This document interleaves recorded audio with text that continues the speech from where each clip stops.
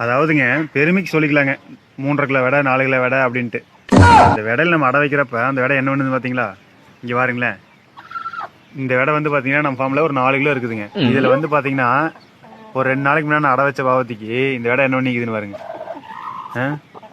நல்லா சாணி உரண்டையாட்டு இருந்துக்கிட்டு பாருங்க, வச்ச முட்டைய அமுத்தி நசுக்கி வச்சிருக்குது. முட்டையை அமுத்தி உடைச்சது இல்லாம முழிக்கிறவர் வீடியோ எடுத்து முடிச்சுட்டு அப்புறம் பாரு நீ என்ன கதியா அப்படின்னு மட்டும் பாரு. அடை படுக்கிற மாதிரி படுத்தாதானே ஆகும். அப்படியே பெட்ல படுத்த மாதிரி நல்லா அப்படியே படுத்துக்க வேண்டியது முட்டை மேல. கண்ணி விட 2-3 பேட்ச் இருக்கிறப்ப நல்லா அடை படுத்துட்டு இருந்தேன். இப்பெல்லாம் அதான் கொழுப்பு ஏறிக்குச்சுன்னா சொன்னோட ஏப்பையா நீயே. உனக்கு காணா பிறந்த விடை இது.